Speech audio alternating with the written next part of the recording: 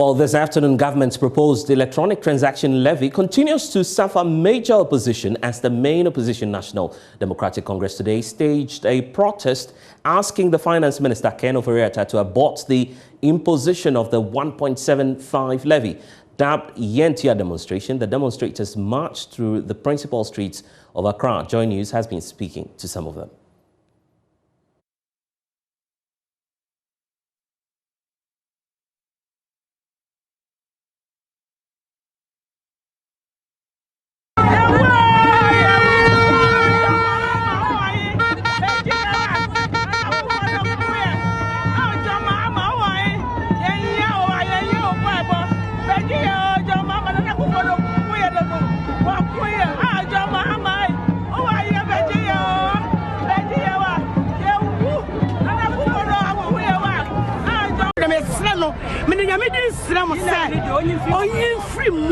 No matter in your Juma, and the didn't say about one. I am in them, a judge before. Yes, Lena, some in another say, I am a jack. It did Miss Sakufado, Mikoto de Buffon, me planet show.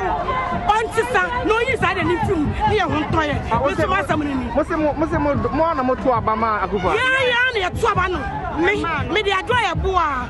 Me and a Twabamano, me Twabama Kufuado, me Twaman to say the Oyano. I my babu ebu, my broso. I must say, "Oh, be coming to me, can be." I tell them, "Who you make us see ya?" And yes, Sena, a judge for a new channel. The other man there, I know you're the Maya. And me Seno, me go to the good form. Oh my, I do my Oyano, or some Kakrama. Yes, Sena. What's your Akuada morning? And Koi. Yes, Rano. Tony de Panicha, one time you Maya. You never need a panic.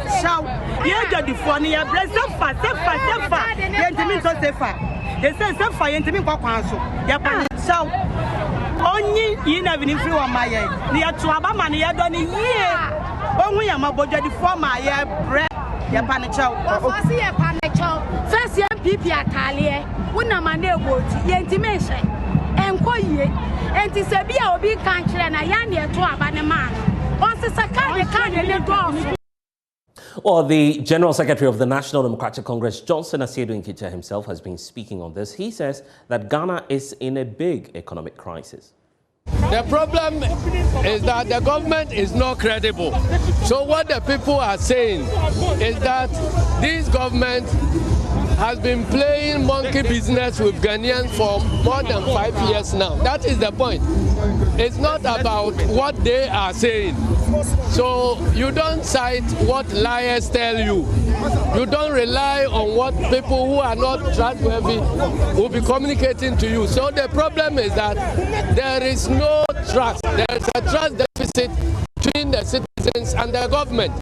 And so that is why it will not serve any purpose to now be arguing based on what liars are telling you. They cannot handle monies. And they have proven so far that they have messed us up. You took an economy which was rated at B+. You came down to B, came down to B-. You are now at C. So how can you tell us that we are on the right path? So you are now coming to tell us what will be a panacea for our economic problem. We are deep in an economic mess, and the word of government cannot be relied upon any longer. And so we are urging government that the business of running the country is the business of every Ghanaian. The business of building an economy which we intend handing over to the youth must concern the youth themselves. That is why the youth is coming up to say that, look, stay here. All the loans that you are acquiring, you are bringing monies that should be available to the youth in future forward for your own consumption. And you are not leaving any property. You are not engaged in any investment with which the youth will be repaying the monies when they grow old. So that is the message we are sending them. So we are on the wrong path. We are in a deep mess, and we cannot borrow ourselves out of a debt situation, and we cannot dig ourselves out of a trench. Well, so this was recorded earlier where the General Secretary of the National Democratic Congress raised some concerns with the government. But as we speak, we can now bring you the latest on what's happening as far as the controversial electronic transactions levy is concerned. As we speak now, government is holding a town hall meeting up north in Tamale, and we can just bring you excerpts of what's happening now. You see on your screens there live shot of Hawa Kumson, who's addressing the gathering there. We'll be going back to Tamale to bring you a live coverage of what it is that the finance minister would have to say in response to the increasing concerns that have been meeting the controversial electronic transactions levy. But joining us now on phone is the national youth organizer of the National Democratic Congress, George Opare-Addo. He led the demonstration today. Good afternoon to you, sir. Welcome to The Pulse. So you have submitted your petition to Parliament making a number of demands. Can we know what is contained exactly in the document that you've presented to Parliament today? Good afternoon to those of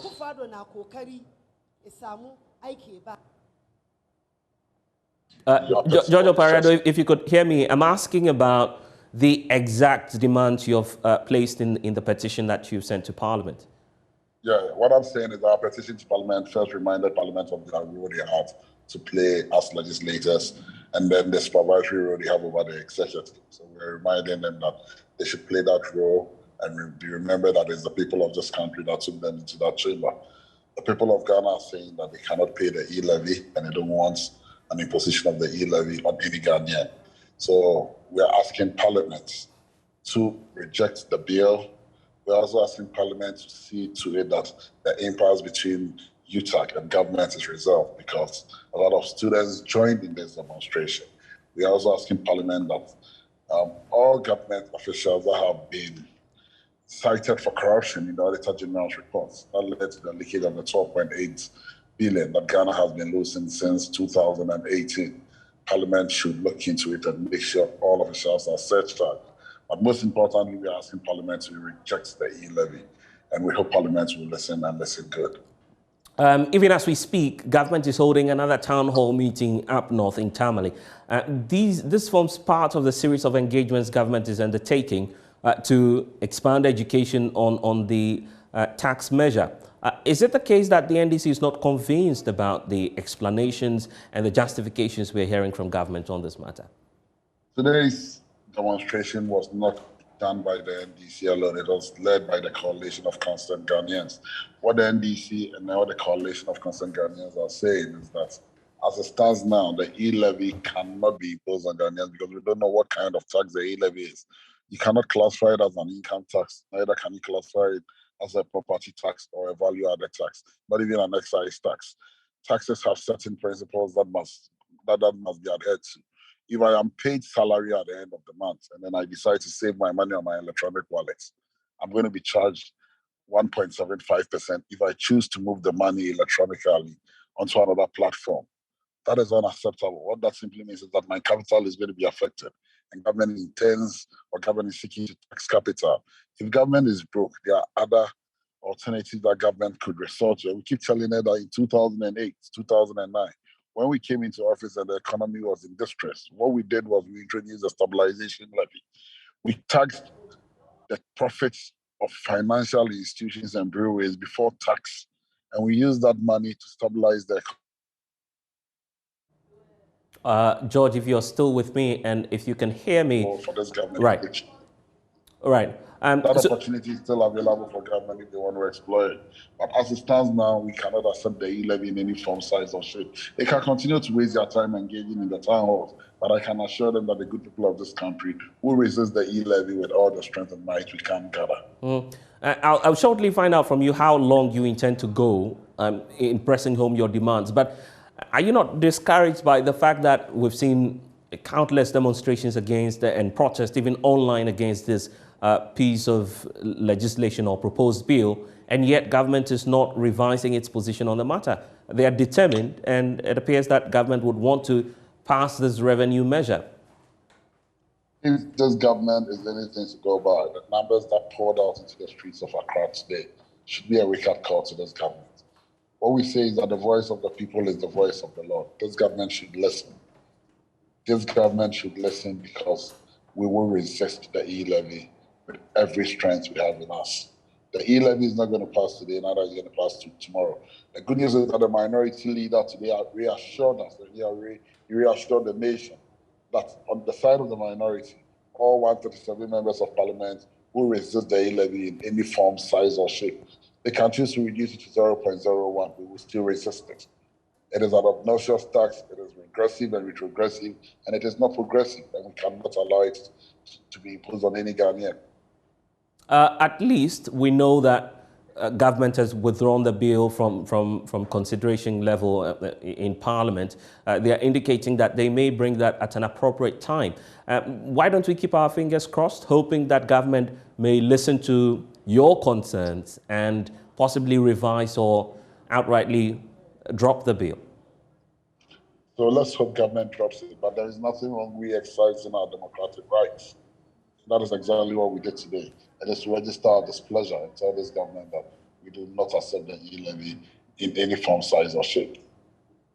With the rate at which the NDC appears to be taking its opposition against the E-levy too, there are concerns that there are some political motives in this. You're not mindful of the fact that government says it is in a tight fiscal corner, the fact that it has no option but to go ahead, try and raise some funds internally to support the economy. Is the NDC not mindful of the economy? That cannot be accurate because we've proposed alternatives as to how they can raise revenue internally. We've asked them to look at the extractive industry.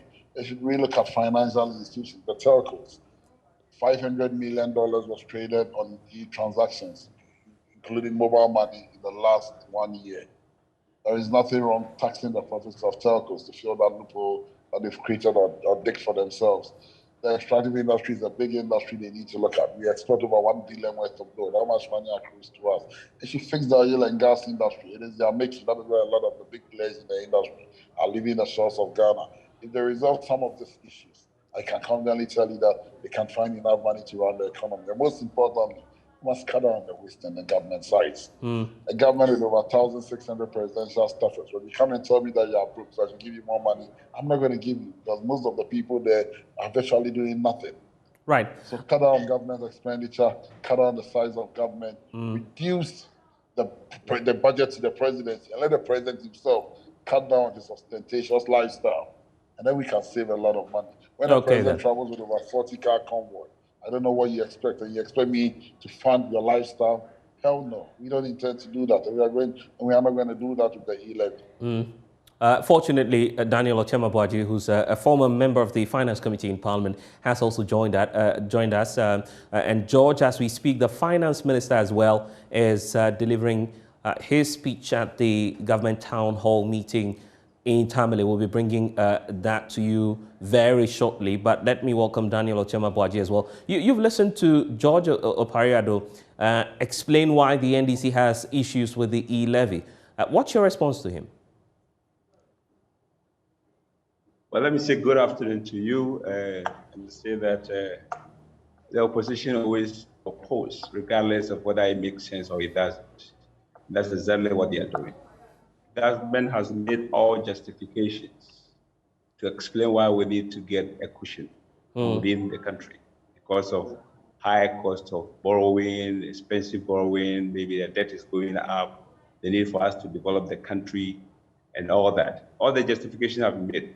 I agree with my friend to the extent that government expenditure has to be efficient, not necessarily to cut it. In terms of recession, you don't cut but I'm sorry. You have to spend efficiently. I'm very sorry, Daniel Ochema-Boaji. You would have to hold on for us. You'd have to hold on for us, gentlemen. As we speak, the Finance Minister is giving some explanations on the E-levy. I'll come back, take your views on that very shortly. We can now listen to the Finance Minister. Also, Bernard Mona, who's with the group Justice for Ghana, will be joining us as well to share their concerns on the E-levy. So it's a long day. Let's listen to the Finance Minister address the public in Tamale. It's fine to articulate that. In the Bible it says, well, but you still have to give to Caesar what is Caesar's and to the Lord what is the Lord. So what do we have to give to Caesar to make sure that this dream of a Ghana that we all aspire to, we get it. And there's no question that we have to pay for it. So if I look at E-levy, for instance, and I say that, well, this year we intend to collect 7 billion cedis. And I look at mobile phone subscribers, and there are over 21 million of us. So assuming I divide this 7 billion by 21 million of us, that means it's about 300 cedis a year for each person. Divide by 12, 25 cedis. So when I see the energy, especially with which graduates that we are making, who have gone through free senior high, are against E-levy, I ask whether they are calculating what the cost is. And I ask, well, in truthfulness, that does any graduate make what? More than 3,000 or 5,000, assuming you are a graduate and you even made 100,000 cedis a year, and you transferred all of that through Momo, how much would that be?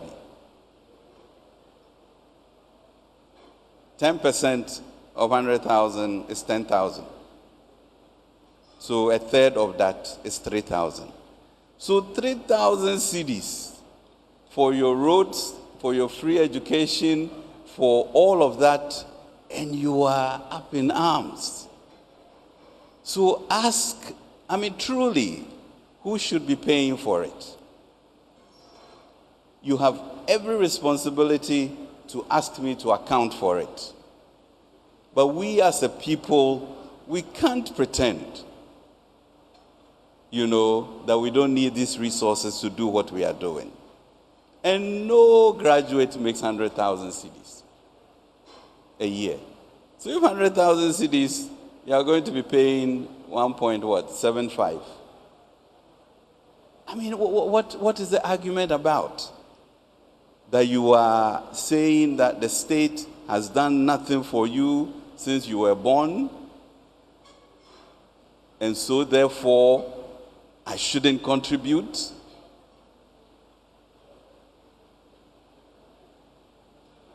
And that is the honesty with which we as a people must begin to confront the situation. So let me look at our population. We are now some 30 million people.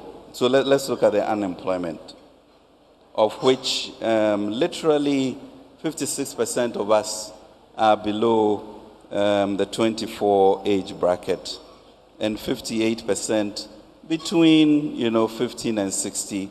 So you assume that 60% of 30, 18 million.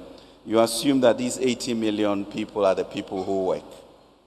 But when we get through the statistics, it's only 2.4 million of us who are paying. We are now beginning to digitalize and have addresses. But the Momo immediately lets me get to the 21 million people. And honestly, why do you not want to participate in this? And the truth of the matter is that the world is changing.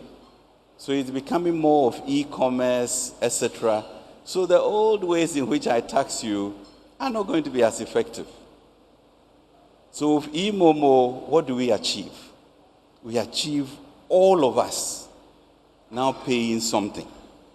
Not hiding and making noise and pretending, So when a politician does something, you are paying something. So you can challenge. That's what deepens our democracy. But if you are not paying, you shout here, then you dodge. You shout here and you dodge.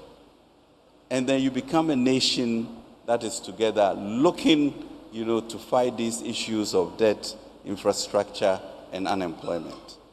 And the unemployment is not easy.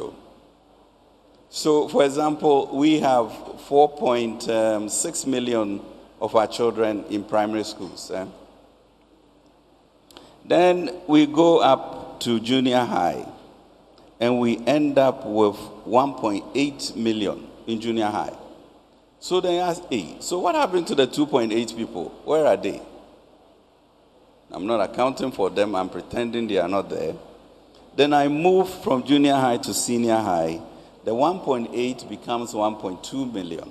But even that 1.2 million, thank God for Nana Akufo-Addo, because most of us could not go and pay for it. It's being paid for, and we are pretending, oh, we have not got anything from government. What is government doing? Whose 400,000 people do you want to stay at home? And who should pay for that? I went to school in Chebi because I was born out of wedlock. And, you know, my family from the royal family were not really ready to receive, you know, this woman who had, you know, gotten my father to make her pregnant. It's what they will say. Women, you know how women behave. You know?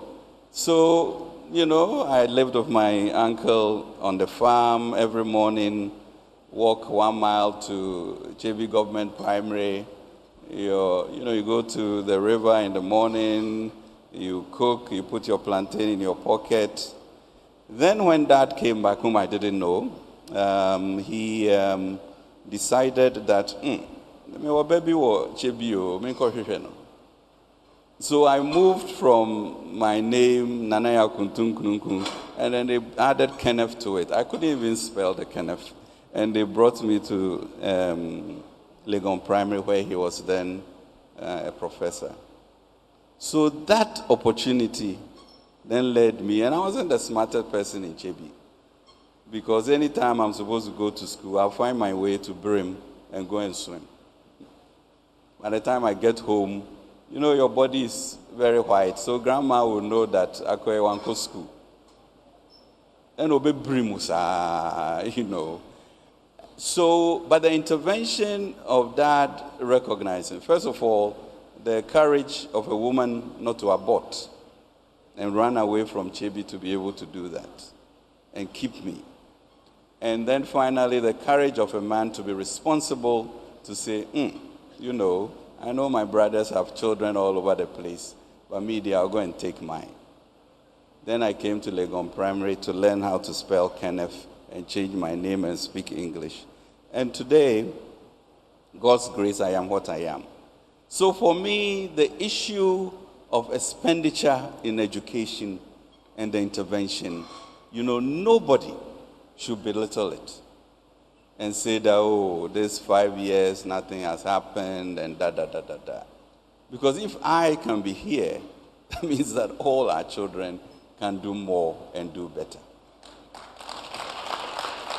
Okay. So when we sit there, you know, I just feel so privileged, and the responsibility of translating that experience, why God put me there, to understand what it means for opportunity to happen. And then when I came back to America, entrepreneurs will know there was no, you know, finance or capital. So my cousin gave us a little room in Cantamanto in his construction firm. And it is there that we began to build up, finally managed to borrow some 25,000 from some bank, and then now the firm Data Bank manages X amount. So you can see that you can't despise small beginnings. And the humility of acknowledging where you've come from is then when you are thinking of policy, you know, you effect it. So we have to truly be clear about appreciating where we are coming from, what it is the Lord has done for us, and how we can burden share so that others can come up. You know, so when people talk, I panic in my inside that, are you really acknowledging what God has done for you or for your cousin? And therefore, let's talk about efficiency. How does governance, you know, be strengthened so that we don't waste money? But when you see a new way of making money for the state, which means that the old ones will diminish, then that is where we have to go for. So in 2016, we had 78 billion cedis of transfers on Momo. Today, we have almost 1 trillion, 953. The economy is changing. People are taking advantage of that. Shouldn't the state benefit to look at our debt, to look at our infrastructure, to look at our unemployment? And is it the 25 cedis per average that you are paying a month that we are fighting about? Because you don't want other people to also get their birthrights? That really is what we are talking about. You know, and it's not that we are hanging our whole future on E-levy, but we know that E-levy is even going to grow more. Should we just let it go? Do you just not want to participate in the reconstruction of our country? Is that what it is about? Or is it because you are another party, you don't want this to happen? I don't know the last time we won seats in Tamale. I think Mustafa Ali won it twice or something. But it does not mean that we are not going to put resources into Tamale or the northern region. That does not mean that. Yeah? So really, what is it for Ghana? And then I looked at the population statistics, and it is scary because the top 5 constituencies with the highest population, 3 of them are NDC. Ponk and Tamanto, between the ages of 15 and 35, 163,000. Saniregu, 137,000. Gan South, 133,000 youth. And we shouldn't pass E-levy. What is a parliamentarian for?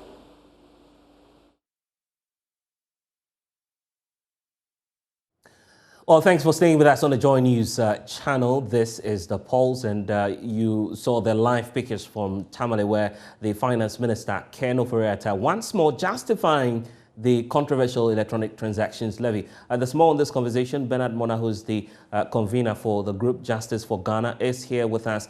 Daniel Ochema-Boaji, who's a former member of the Finance Committee, is also online to give us some perspectives into government's arguments for this levy. But we can once more take a listen to the concerns that were raised during the demonstration earlier today.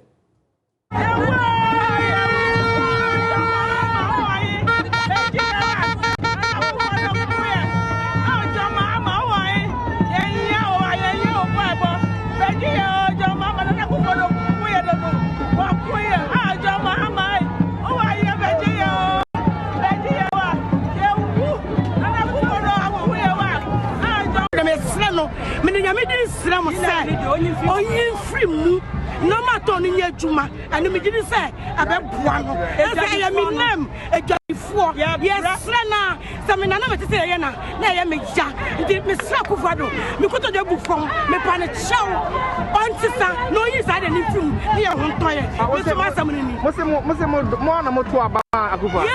Yeah, Twabano, me the Adria Boa, me and a Twabamano, me Twabano, me Twabano to save your Yano. My babu ebu, my broso, I must say, I'll be coming to me, can be. I don't say, when you're my cat, yes. Before I did channel, the other man there, I know you're the Maya, and to Miss Sano, because of the from the oil, or some Kakrama, yes, Rena. What's the morning? And people for your time, yes, Reno, Tony, the Panicha, one time you Maya, you never need the Panicha, you got the funny, you bless so fast, so far, they say so far, and to me, Papanso, your Panicha. Only you never knew from my head. Near to Abama, near done a year. Only I'm a budget for my bread.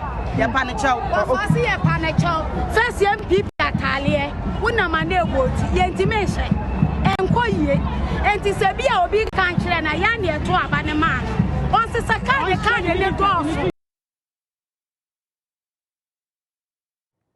Also, those are the concerns on the streets of Accra today. Earlier, you heard from the National Youth Organizer of the NDC, George Apari-Addo, indicating why the NDC staged this protest today. Daniel Ochemabuaji is joining us via Zoom. Joining me in studio now is the convener for Justice for Ghana, Bernard Mona, who also joined the demonstration today. In fact, their protest started earlier, where they were picketing Parliament and then raising concerns over the rate at which government is being insistent and pushing through this bill. But today, he's here in studio with us. Bernard Mona, welcome to The Pulse. Thank you. So earlier you were in Parliament. You've been sleeping there for quite a number of days now. I'm just wondering if you would still go ahead, sleep in front of Parliament in a bid to make sure that this bill doesn't pass. We will give a pause and we'll listen to our members of Parliament for probably over a week. Then we'll return and resume our opposition to the electronic TV levy. Why do you decide to go? That the government decides to impose on the people of Ghana.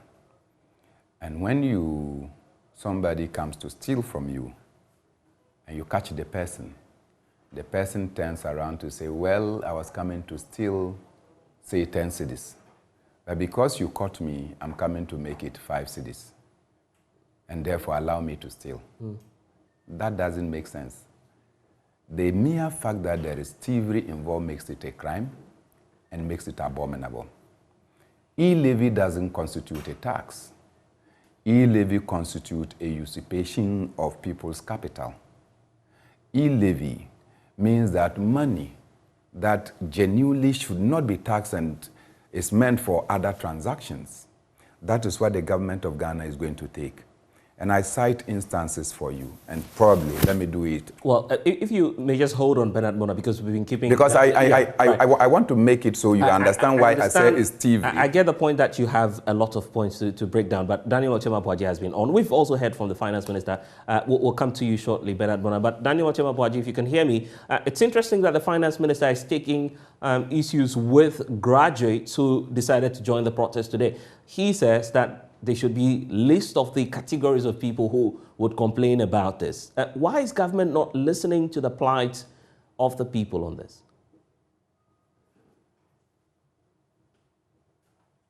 The line is rough.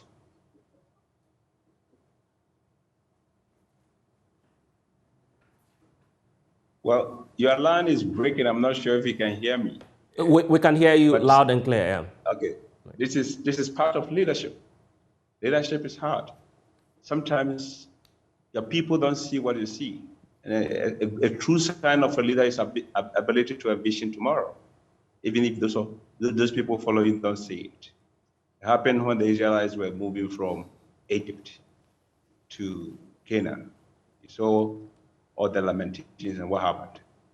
To be honest with you, it's also sad to hear some people, and of course we have to respect everybody's opinion, how they take this, that E-levy is what is going to raise people's capital.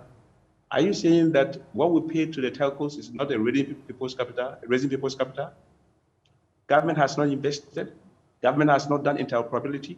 Government has not planted networks across the country that the government also deserves to also have a service charge. But I guess it's about I guess it's about the burden. I guess it's about the burden now.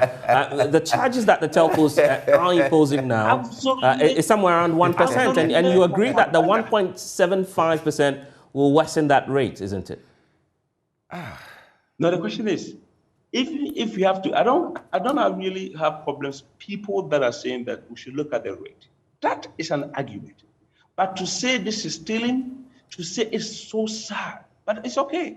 I believe what the minister is doing, going about educating people. As I speak to you, I'm in a training room where I have about 15 people here that I'm training. I'm trying to talk about the E-levy as well. When the issues are well explained, people understand. The NDC propaganda is well known. If you think E-levy is going to kill Ghanaians, for heaven's sake, you want to come to power, allow E-levy to kill MPP so you can come to power. What is your worry? But I guess sorry for cutting in, but I guess we don't have a social contract with the opposition political party. We voted into power. You promised, and this is contained in your 2016 manifesto, your 2020 manifesto as well.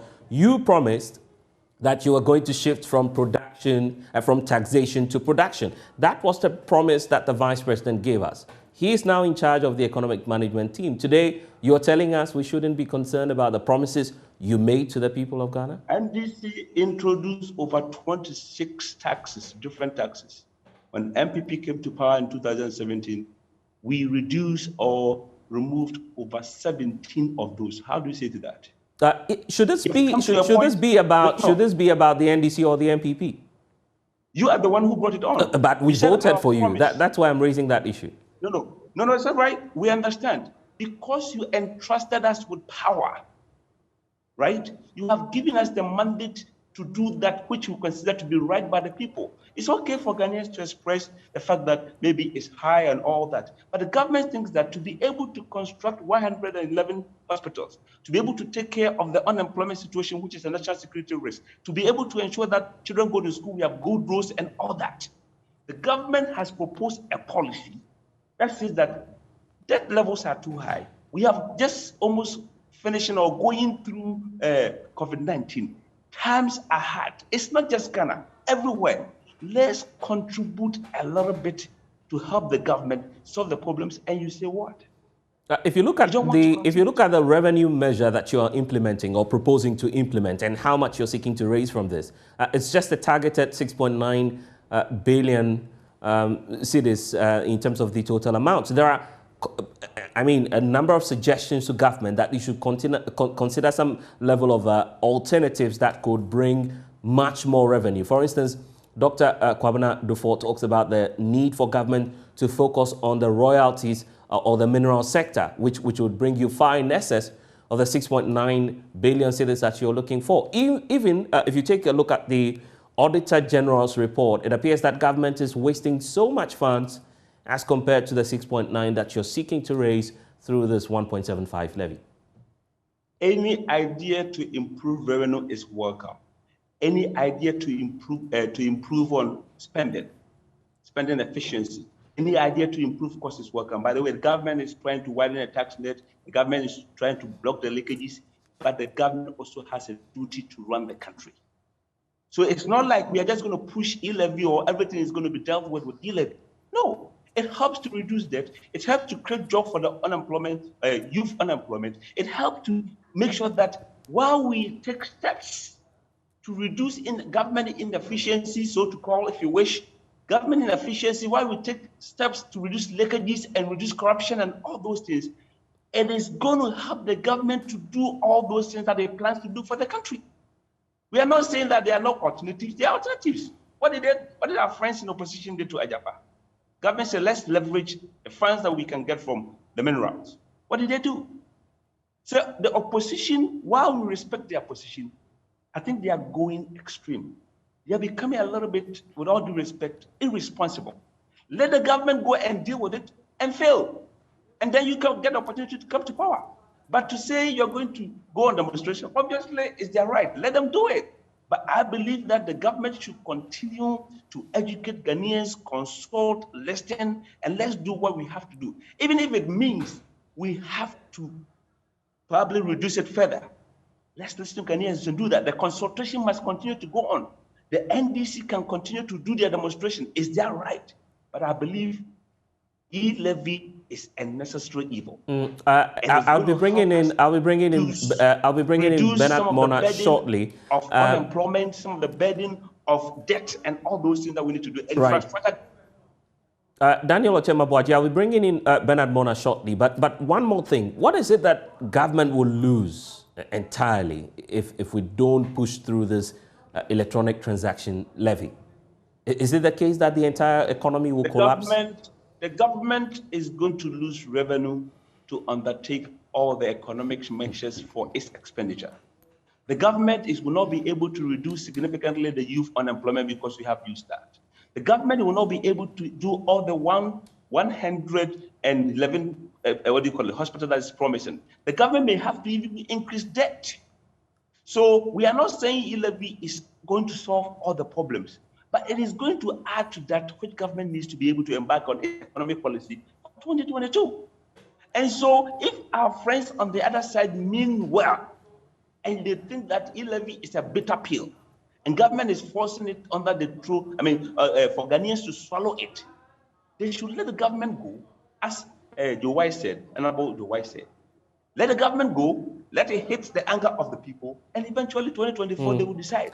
Daniel Ochema-Boaji, they are not being sincere with Ghanaians, right, in the sense that they believe that the government is able to get 21 billion over 3 years versus 3.2 billion. The government is going to do marvelous, and NDC will be in opposition for okay, just hold the lines for us. We're grateful that you're spending quite a significant amount of your time with us today, in spite of your busy schedule. Bernard Bona has listened to all of the arguments that Daniel Ochema-Boaji has made. The finance minister as well has spoken. He says, if you look at the tax net, it appears that a lot of Ghanaians are not even paying tax after all. So why demand more from the government in the first place? But you listen to some of these comments and the level of insensitivity, arrogance, pomposity, and above all, what I describe as bellyful attitude, which leads to belching, is what I experienced from the Minister for Finance and my friend who has just spoken. First and foremost, graduates have been part and parcel of our system, where we have seen massive levels of unemployment. We have seen the opulent lifestyles of our government since time, and citizens have a right to protest when government is going beyond its remit. In this instance, how many taxes have we not paid as Ghanaians?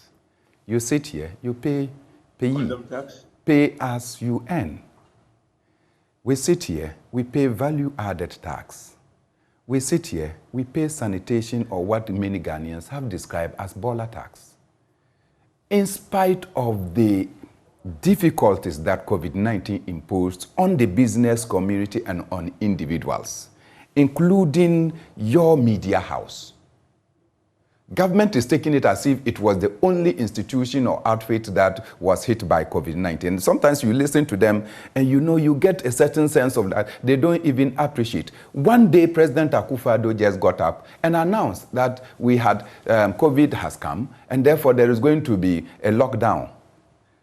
Many people who were engaged in trading in perishables, Ab initio lost all their capital because they bought these perishables probably over a 2-week, 3-week period. So they can probably use them. Within that period, there were not opportunity for them to use them. Hotels and the hospitality industry was much hit. Transportation was hit. You could not come here. And I know that media houses like yours decided to even in-house your workers. You did not allow them to go home and come because of the fear that they could go out there and contract COVID-19 and come. So you were also heavily impacted. Do you understand? I'm sorry, but are you not being one-sided? How am I being one-sided? Because corporate was affected. And just indulge me, government says we've done quite a lot. What has government done? We provided free water, we give you free electricity. You see, when you engage in this kind of ignorance, acceptance of government postulations, you enjoyed part of the water. Can you indulge me when I'm shaving you and you are touching your hair? But you enjoyed. I never enjoyed anything. Listen to me. In my house, I use borehole. Right. So where is the government free water that they are claiming? You didn't enjoy that? I don't enjoy water in Sankana. I use borehole water. And government does not provide the borehole water for me. It's at my own cost. How about electricity? Okay, electricity I paid. Government has come to tell you that it was free to the bursary, but it was not free. It was free to us, but not free to the bursary. One of your own now Minister for Information, or is it misinformation, said that it was free to us, but it was not free to the bursary. The reason for which they have imposed COVID-19 tax. So where is the freeness or the freebies that the government introduced? You give with the right and collect with the left and come and tell me that you have provided freebies. Where is that ignorant acceptance of government wrong postulations coming from? But whatever the case may be, we have overpaid for what they claim we enjoyed for free. In any case, I am saying that when you come and say and announce that omnibus, we have enjoyed free water, I live in a community where there is no pipe-borne water. That's not to say that that's one. There were no tanker services. There were no tanker services as they promised into the lakeside area where we don't have water. But I'm making the point that that does not negate so the fact that you did not enjoy that. So when you come, even as I did not enjoy it, I am burdened with the tax of it for which I have to pay. You understand what I'm talking about? I did not enjoy it, yet there is a COVID-19 tax that I'm paying. That one, they are not discriminating. On this matter, let me put it as simple as, so that my friend can understand why we say the government is stealing. And when we caught the government decided that they are going to reduce the threshold of the theft. Now, I do business from Sankara, and I have to pass my money through you. So I send you, let's say I start a business with 10,000 Ghana cedis, holding everything constant. That 10,000 cedis I use weekly. I send you that 10,000 cedis. It means I'm going to suffer 175 Ghana cedis loss or given to the government of Ghana. Now, when I send the money to you, because of your busy schedule, you will not be able to go to Abosu Okai to go and do the business. So you call the person, the supplier, and also send electronically. What it means is that I have to add you 175. In effect, I am paying or I'm losing 350 Ghana cedis on my 10,000 to government for no work done. In addition to that, I'll still be paying all the statutory taxes that I'll be paying. What has the government done, or what have I done? That out of my 10,000, I'll lose 350 Ghana cedis to the government of Ghana. Is that not theft? Is that not stealing? Now that we have caught the government stealing our money, the government somersaulted and said, oh, if you are talking about the rate, we can look at it, but we can reduce the rate. There is nothing that is legal about stealing.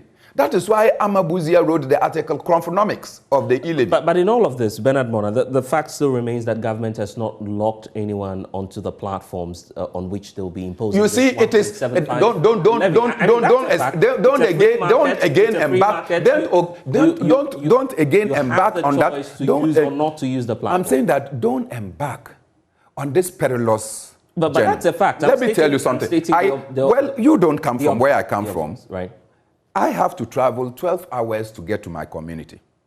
And when I get there and we harvest our tiger nuts, and all of us know that because of the hardship in the system, I choose to put my money, that after I've sold my tiger nuts, instead of carrying my money home so that I'll suffer any risk of my money being stolen and being harmed, I walk to the nearest mobile vendor and I put my money on it.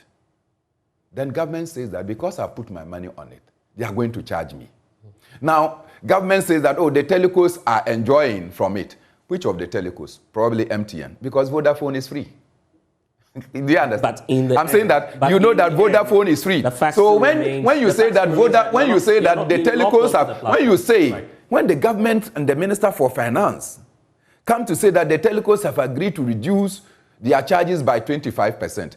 Vodafone charges 0%. So 25% of 0 is what? But Bernard, here's my argument. The point that you are free to choose. You can. And so I chose not to do MTN because they charge. I chose Vodafone. So I can do my business without any charges. Then government come to say, the fact that I am going to do that on a private person, they chose to sell Ghana Telecom to Vodafone. And I chose Vodafone as my mobile platform. Then I get my transaction free of charge. Then government turn around to say that you are coming to take part of my money. We've been hearing a number of arguments. The NDC, for instance, is saying that the IMF is the way to go out of this. The Justice for Ghana movement, we've not heard of your policy recommendation on what it is that government is about. Let me tell you something. We have state-owned enterprises. Just yesterday or so, a government that is desirous of raising money suddenly realizes that, oh, Senate, of which government is, of course, a major player, has some hotels in its name.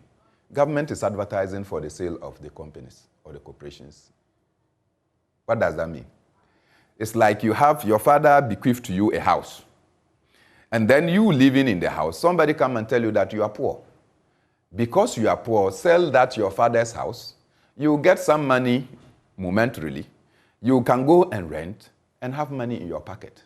And that will save you out of your economic misery. And you decide to sell that house. go and rent for maybe some 5 years. The rent will expire. The money will go. You have no house to live in.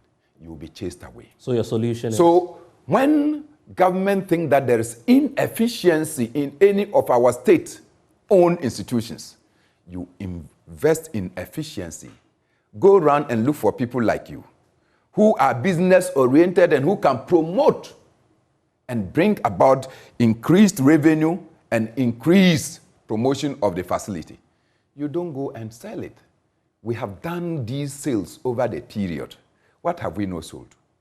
We have sold over 420 state assets. In the end, we realized that we just lost and we keep losing. We sold Ghana Telecom, for instance, to Vodafone. Today, we are biting our fingers because what Vodafone is raking as revenue, which should have belonged to the government of Ghana, we have lost. We are here to tax people and take people's money. We can't continue on that reckless path, thinking that the state cannot participate in the running of some assets and then turn around to think that the state has business. If this is the way to go, let's auction the presidency too as well. Okay, let's bring in Daniel Ochema-Boaji now. You've heard Bernard Mona say there's a need for us to improve efficiency in the public sector. And it goes to the heart of the many findings that the Auditor General's report has made about how public expenditure is not properly being accounted for and also issues of wastage in the system. What's your reaction to that? Reaction to that, let me just say, Bernard is a good friend. I don't know why he speaks with a lot of insults.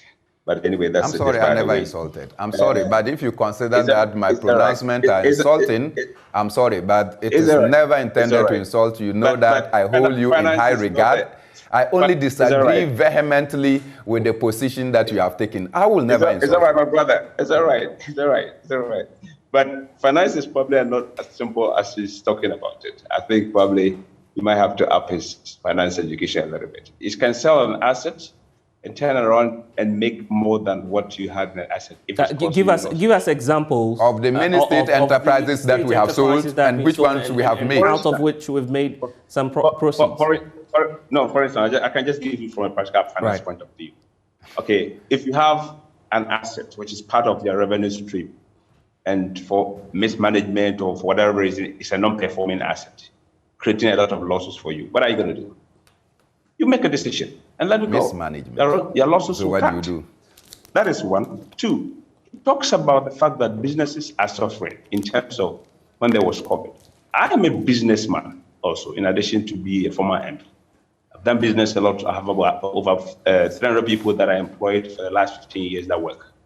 In 2020, we had to let about 50 people go home. Revenue dipped. We don't want taxes. Yet, it's important that government gets money to run the country. When COVID was there, we had a transport company that is called Tuam Express. That was busing people, 15 of them. We had asked to reduce it to 10. We're losing about 200 cedis every trip. And I'm talking about almost about 100 trips a day. Multiply by 200. We lost it for almost about a year. When they were asked to go through those kinds of things. Yes, we've lost money. Individuals have lost it. Household, by the way, who is government? Individuals, households, we all come together. Firms make a government. We are not talking about President Kufuor or anybody. We're talking about ourselves. We've suffered under COVID. The globe has suffered. Ghana has suffered. Individuals have suffered. Yet, we need to begin to rebuild. And government has no money from anywhere but from us. So what is he talking about? Talking about government has done nothing for him because he has borehole in his house. He didn't, what do you call it? The borehole digging machine that drove to his house. Which road did that borehole machine used? Did he construct the road to his house? But regardless of that, that is the assumption that my house, that is the assumption that the road to my house is constructed. Right, but Daniel Ochema-Boaji, just on that, on the free water, just hold on for me, gentlemen, just hold on. Daniel Ochema-Boaji, if you can hear me, I'm asking about the free water and the free electricity. For instance, government has disclosed that that was not free and that at some point, citizens would have to make up for it. No, we are paying for it. Not at some point. No, the question is that when the government gave it out, did you pay anything for it? I didn't pay anything for it. At some point in time, definitely the government will come around and say, life was first and foremost the most important thing the government had to say. So is the E-levy the measure that you're using to take back the free water and free electricity that you gave to citizens? No, we are taking that under the COVID tax. The E-levy is part of the basket of funds or revenue that the government is looking for Ghana's development agenda for 2022. All right? And the government was emphatic. The government says that it's going to use it to reduce youth unemployment. It's going to embark on youth that. It's going to do infrastructure, roads. So those are the things that we have to do. I think the conversation should be shifted towards, or we should shift it towards, how do we put systems in place to further ensure that whatever money is raised from E-levy is secure, like the PIAC. When Ghana got oil, you put PIAC in place, Public Interest Accountability Committee. Why can't we do E-levy PIAC? So that in addition to parliamentary oversight, in addition to the Auditor General auditing all these accounts, we also have something like E-levy PIAC, that can also support and report on how much money has been brought in through E-levy, how much money has also been expended on those projects that we agreed to use the money on. Okay. That is what should be the conversation. And I'm sure we will agree that will not go anywhere. Okay, the government has a second mandate. The government at some point in time has to listen. Yes, agree, let's consult, but we need to raise money one way or the other. And I guess this is just the beginning of the conversation. Let me wrap up with Bernard Mona, who's in studio with us. So you've heard Daniel Ochemabwaji explain why, of course, we've done some sales of public assets, and he believes that that's not the way to go in terms of controlling or finding an alternative to the E-levy. Well, I have said time without number. Just take the 2022 budget statement as presented. E-levy component is 6.9 billion. The government of Ghana is expected to spend 137.5 billion. Of this amount, 105 billion is to be generated domestically, which has been approved by Parliament. So government has already been given a carte blanche to go out there and spend the various sources of income that come to the government. What the government is coming to do now is that the government is coming to steal from me and you. The government is coming to deny the very poor the opportunity to even be remitted and to be supported. And we are saying that that is not acceptable. Majority, and I said this, and let me repeat, majority of even media personnel, they go on these mobile platforms and they borrow money. So when you go and borrow, MTN gives you credit. You borrow money. When you are going to pay, even on your loan, government considers this as a transaction. Government is taking part. I mean, how does that make sense? So I go to take a contracted loan. When I'm going to pay the loan, because I'm using electronic transaction, government comes to take part of the money that I'm going to use to service my loan, and you turn around and tell me it's a tax. No, that is theft. What's the way forward for the justice for Ghana? We will continue to insist, as President Akufo-Addo did in 1995 and told government, that anytime government brings a policy that is unfavorable to the mass of the people, the government has a duty to withdraw that unfavorable policy. And in so doing, Jerry Rawlings withdrew in 1995 the unfavorable value-added tax that President Akufo-Addo and President Kufuor, Edward Mahama, the late Dan Lartey, all of them led us onto the street. They withdrew the value-added tax. Take note, value-added tax was replacing the sales and service tax at the time. It was not even a new tax. It was to replace the sales and service tax. Yet we resisted it. And the pressure was on government. Government withdrew it, went on a massive 3-year education for the people of Ghana to accept that value-added tax is acceptable to us.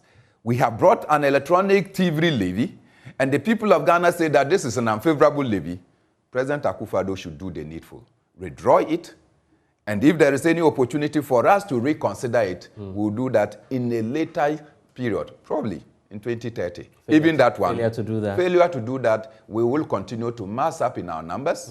At the moment, we keep going to Parliament because the bill is before Parliament. Should Parliament make the mistake of wanting to pass it, and I believe they will not do so. If they make the mistake and they want to pass it, we have other options to embark on, and I can assure you, we shall put our lives in order to save ourselves from government stealing of our purse. I'm grateful. Bernard Mona is the convener for the Justice for Ghana movement. Earlier, you also heard from Daniel Ochema-Boachi, who's a former member of the Finance Committee in Parliament. This is The Pulse. When we return, we'll give you some updates on the U-tax strike. Stay with us.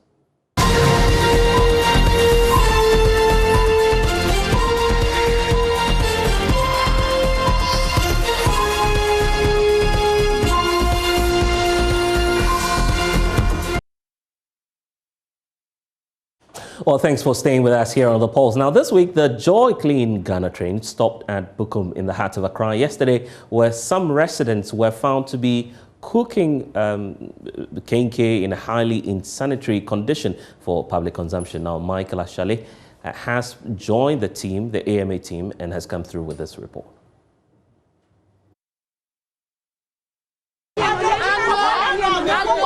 Open it. Open your boiler. What did you put inside it? Residents around Bukum Square in a heated argument with officers of the Environmental Health and Sanitation Unit of the Accra Metropolitan Assembly. Do you know that we can stop you? You are cooking the food for public consumption. Look at the maggot just right in front of you, and you are still talking. What is that? If you clean this place every day, will the maggot be there? Does maggot take one day to come out? They either cook to sell or have permanent structures over choked, smelling drains, crawling with maggots. Florence Kuchi, Director of Public Health at the AMA, instructs her officers to issue notices to the offenders to compel them to clean their surroundings. So please do it right now. Whoever is coming, let the person come and start removing it right now. And this kenke is one of the best kenke in Jamestown. How?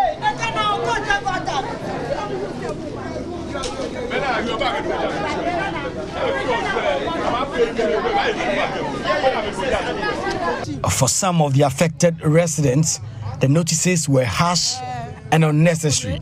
They tell JoyNews those living upstream should be held responsible for the filth.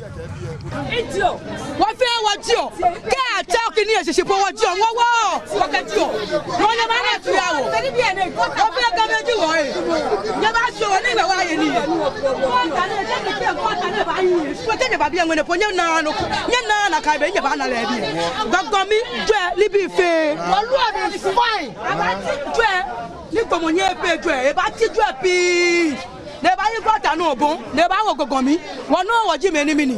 What look? What one go what the she won't go fair, Nicola mini. About you won't what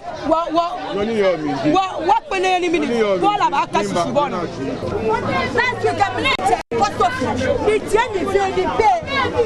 Well, you're talking about not the pay.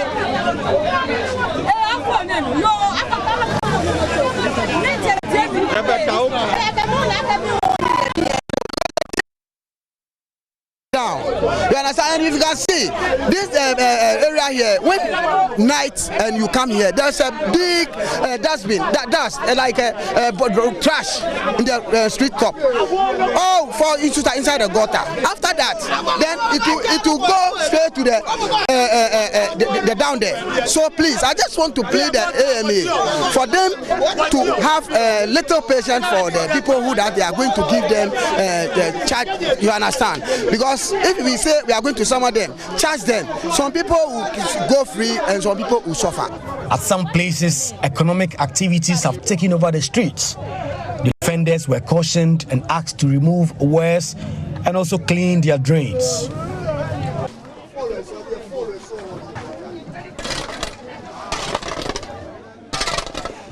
Sanitation Ambassador Brahima Kamoko, popularly known as Boko Mbanku, who is also resident of this area, believes serving jail time will be the best way to ensure people obey the sanitation bylaws. You give me ambassador of year, and you give me some people watching in around. They're driving the motor to watch. If somebody put the ball in the gutter, you go jail. Yeah, you face the court. When you face the court and somebody see that, you face the court. If it's somebody carrying the ball, it go baller to baller place. It go shit to shit place. But here, they no respect. If you are super, they no respect. If you are mayor, they no respect. They are no respect any president in this country. You know my flag, but I will support you. But if you want to clean people in Iran, find something to place. And my mother and my sister selling something in my market, and the road make clearly. When a car passes, it passes very well. Because here is choke. You understand me? Today, you carry baller in gutter. I'll give you 1 week. Come and see over the bar. What should be the solution to stop them from dumping their fecal matter in gutter? You know the problem. Madam was from task. It can find maybe baby police on task force to be around early morning, afternoon, and evening. They watch around, they go to your house to watch. If you shit in your house, you face the court. That thing will stop. At the end of the exercise, over 20 people were issued notices. Today's exercise is participatory. Everybody took part in today's exercise, as we can see. All those people are desilting drains, people are collecting silt, people are removing their things from the roadside and all that. It was so participatory, but the issue is the people are stubborn. Due to that, we have served about 25 notices to them. And I can tell you, out of these 25 notices, we'll come back for re-inspection. Those that will not do what we ask them to do, they will face the law, and that is what we will do. The Clean Ghana campaign team will be in the Ablekuma sub-metro on February 16. Michael Ashalis report for JoyNews.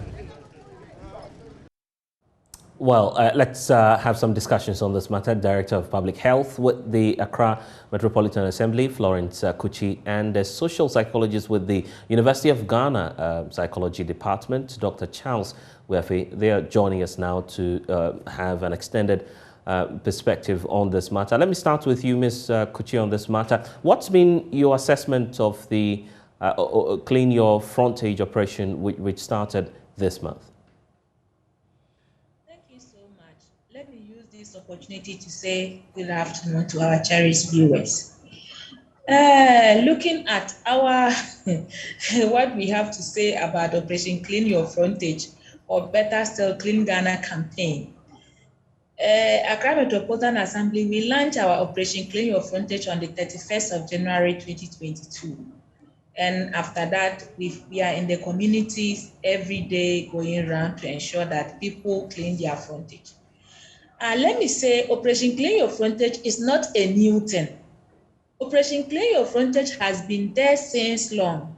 Even when you look into our Criminal Offences Act 29/1960, the subsection 296, the section 296, subsection 1 downwards, everything about Operation Clean Your Frontage is there.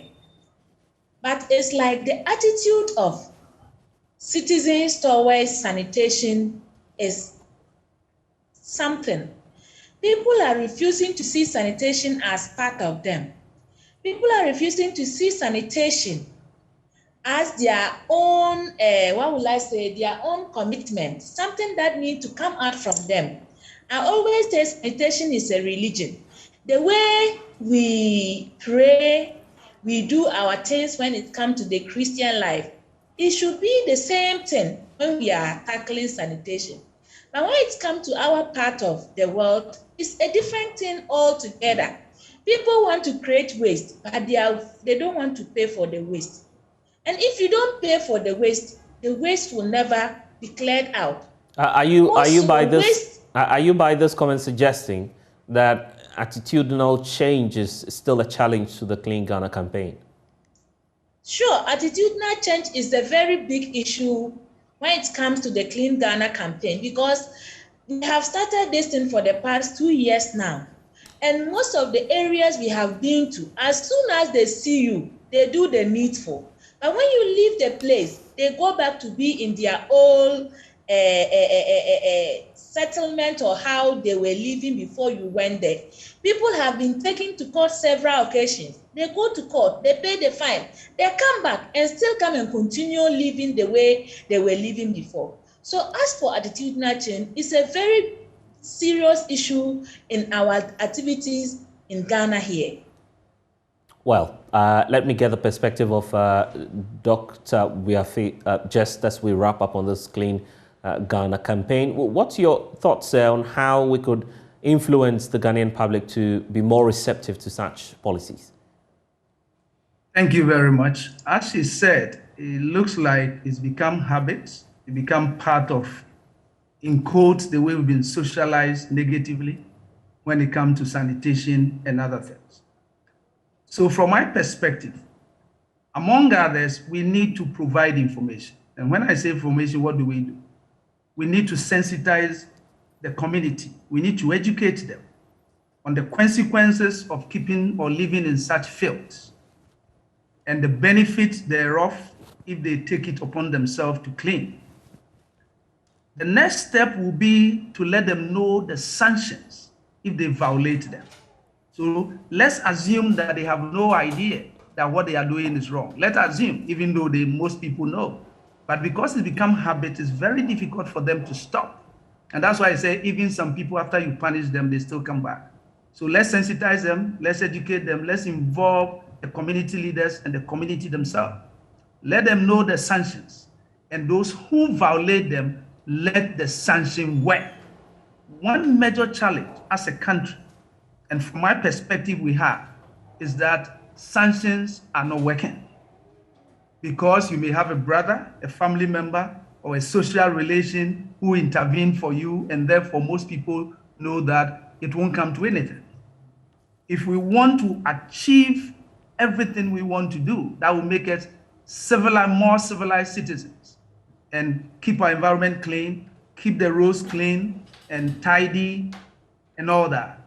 We need to sanction, but let the people know what the sanctions are so that when it comes, they will not cry as usual. And you get people who go and plead for them and all that. We need to be strong in this angle. Right, and one more thing before we go. If you look at the Ghanaian culture, historically our culture makes room for hygienic living and issues of sanitation. How come that is changing so fast? Unfortunately, living in the cities, in towns, in metropolitan places, we become a little bit more individualistic in terms of the inhibition and the restraint that our family and the extended family have on us has been removed psychologically. So we feel free and we don't have any restraint as to what we do. And now that restraint has been removed, what we need to do is the sanction that I've mentioned. And it might be steps. Let's educate, let's sensitize, let's tell them the positive that we'll get from it. Let them know the sanction, and when they violate it, rigorously, let's sanction them. No mercy. If we do that, I can tell you within certain period, we're going to see change. I'm grateful. Dr. Charles Wiafe joining us via Zoom. Let's now bring you an update on the strike by the public university lecturers. We understand that government is holding some talks with a group now, and joining us via Zoom is Kwesi Kwarteng. We'll work the lines for you, but what you need to know is that the National Labour Commission and UTAG were back in court this morning as the deadline for an out-of-court settlement expired today. Now, the court has granted them 1 more week extension to continue talks on the strike. We'll bring you details of all of that right after this break. Stay with us here on The Pulse.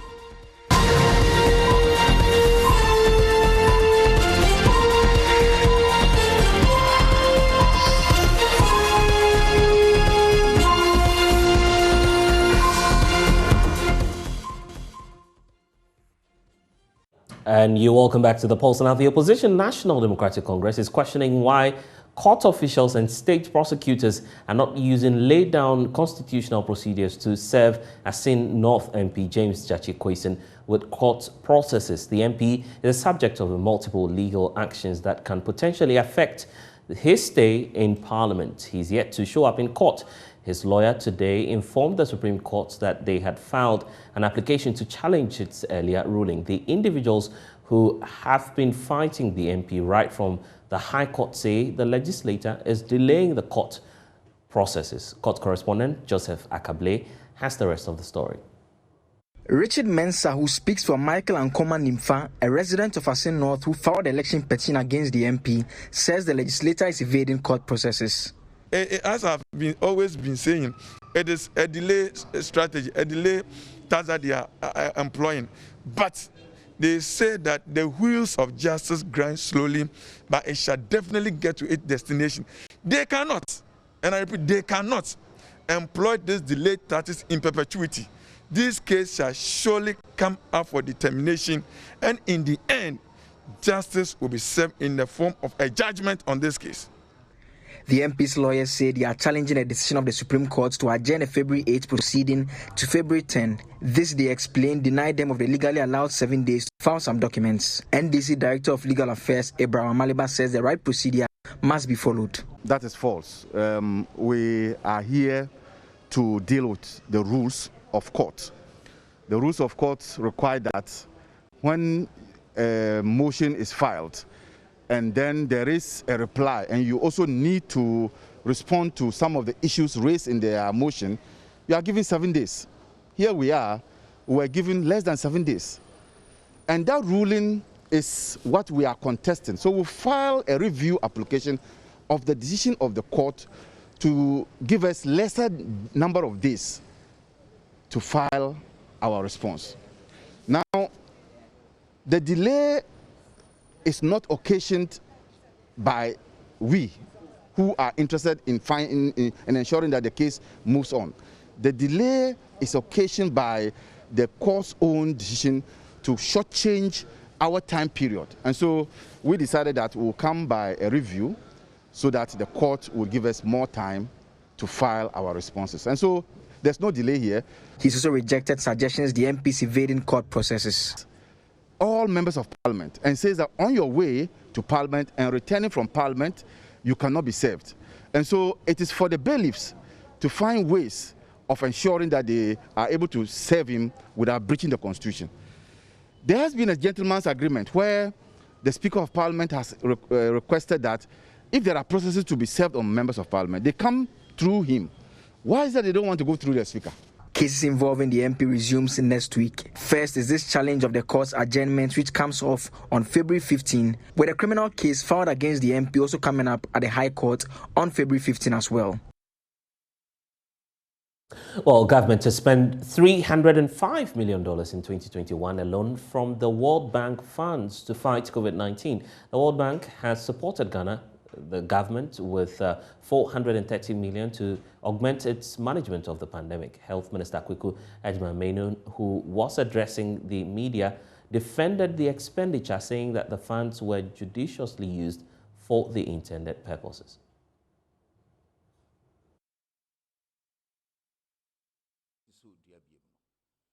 I'm so interested, but me can say, "Nia yedia bahasino, nia sika helpful, enkwa yes pendi." Na niama yedia enubi, and World Bank yedia no, World Bank enkwa. Government, na donors, abrofo bilateral, multilateral donors. Niama beti bra ya krano, enka we num krano. Ya quantify bi no ma yiska kakra, yedni nyina akeka ho. But my breaking it down into bulk, be a 9 PPEs. You can PPEs say can we say? Edu baby no na ya to we no kwa, especially with school reopening, over 30 million. Distribute across the entire country. Hospital bia obi abeko bia udru ho pese onya bi hye. Nti ese di bi ma obia. Medicines. Treatment centers no baby ani edi ni patoto nyina. Na ese yetuaka. Hospital equipments. Ese create ICU. Baby, I see you, Nikurano. Hospital Kitwe. Well, so Health Minister Akuku Agyemang Menu there, basically saying the same thing in a can over the breakdown on how government expended the COVID-19 funds. Now, the Peasant Farmers Association of Ghana last year warned of possible famine in Ghana in 2022. The warning followed the shortage of fertilizer, which could make it difficult for farmers to produce enough food to meet the country's demands. At the New Year Open Door under the theme 20 Years of Developing Agriculture from the Ground Up, stakeholders indicated the problem persists and called on government to address it before it escalates. Samuel Imbura has more in the story. Yes, fertilizer prices currently are at the highest around the world, not just Africa, but our farmers are most vulnerable.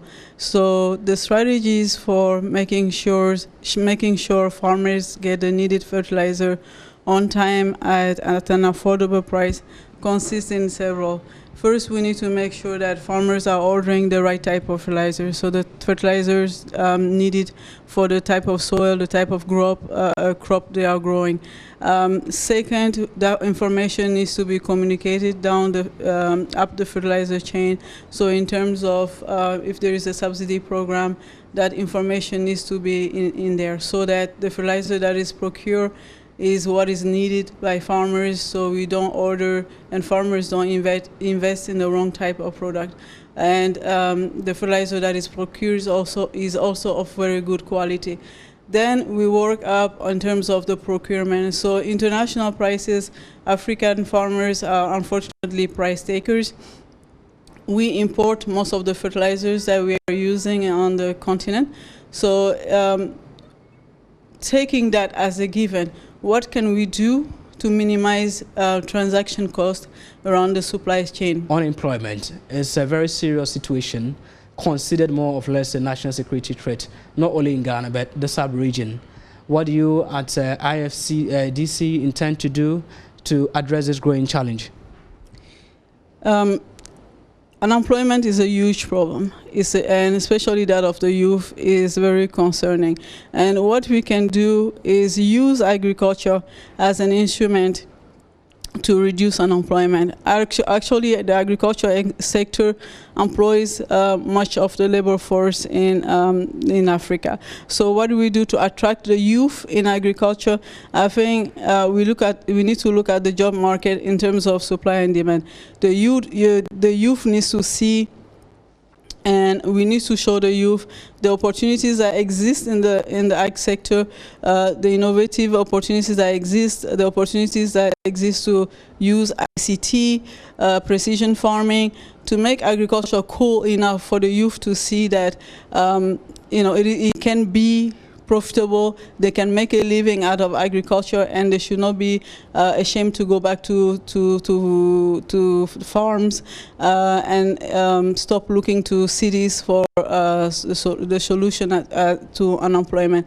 Now, we also need to better adapt in terms of curriculum and learning so that what the youth learns is adapted to the problem. So the youth, when they graduate, they have the skills to address the type of issues we face at the farm level, and that is updating the educational system consistently, to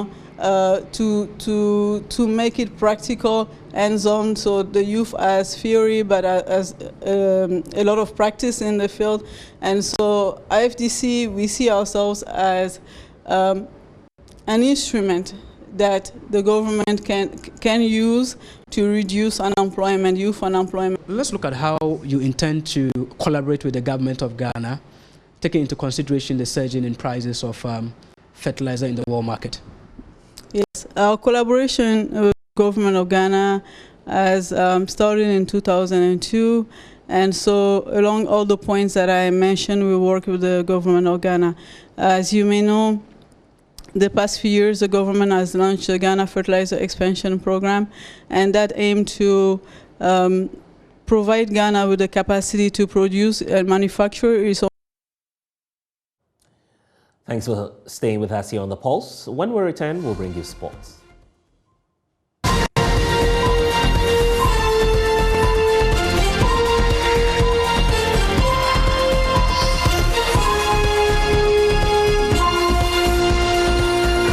Hello, good evening and welcome to the sports segment live here on the JoyNews Pulse with me, Oriku Ampofo. Yesterday evening was decision time for the Black Stars as the much-awaited news of who would lead the team against Nigeria in the World Cup playoffs was clarified. And what we do know is that all the men who were involved in the coaching role would have a role to play in next month's World Cup playoffs against Nigeria. And for the technical advisor role, that will be picked by Chris. That will be led by Chris Houghton, who was heavily linked with the job. Otuado, likewise, but he would be the head coach of the national team. And then assistant coaches, George Boateng, and then Didi Dramani, that's former Asante Kotoko coach. So it looks like a very packed technical team. This is all in the interim. After the World Cup playoffs in April, we would have a well-set technical team going forward. But of course, it's a very important game against Nigeria. And the question we're asking today is whether Otuado is the man to lead the Black Stars to the World Cup. And joining me in the studio is Joel. First off, any surprises with the decision? As of yesterday, I was surprised because I didn't expect them to pack our technical team like that. I expected Chris Houghton to take the job, but things turned out to be in favor of Otuado. Not only in favor of him, but in terms of his coaching staff, the people around him. That's a very good surrounding. You have Chris Houghton as your technical advisor, and you have George Boateng and Didi Dramani, who both have good records as your assistants. I think that's good. And focusing on the head coach, Otuado, the FA have already spoken to Dortmund, and so he will be coming down for those two crucial games in 3 days against Nigeria. Do you think out of the four, he was possibly the best candidate to lead? Personally, in my opinion, I feel Chris Houghton was the best to lead. I even had questions about the technical advisor role.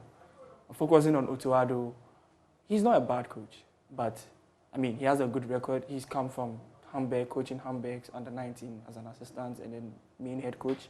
He's gone on to be a chief scout for Ghana, been an assistant coach for Ghana. He was even coach for Dortmund.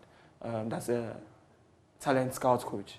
Yes, so I believe his trajectory is on the right path, and I believe he's one that can definitely take us somewhere. Looking at the coaching staff surrounding him, I feel Chris Houghton was best, but going with Otuado is not a bad choice. So what do you think happens next in the situation that Ghana doesn't qualify for the World Cup or qualifies for the World Cup? In these two scenarios, what do you anticipate would happen to this technical team?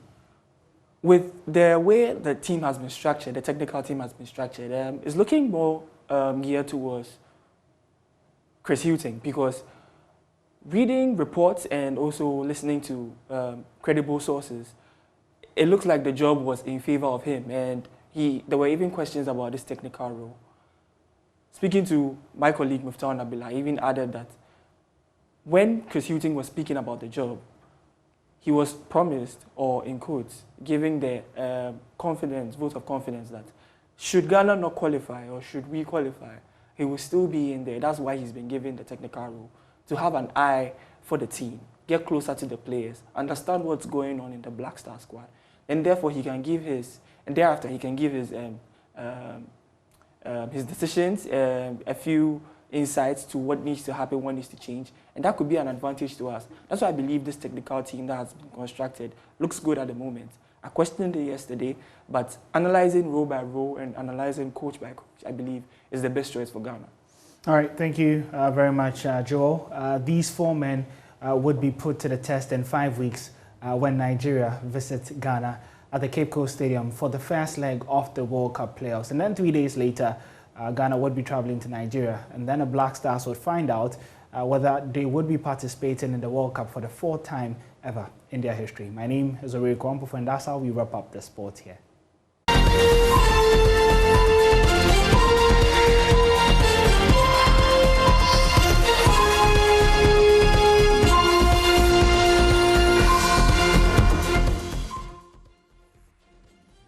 And it's been a wonderful time with you here on The Pulse today. Stay with us on the Joy News channel. We have more news coming your way. Until then, log on to myjoyonline.com. We have more updates on our running stories for you. My name is Blessed Sudan. Do enjoy the rest of the evening.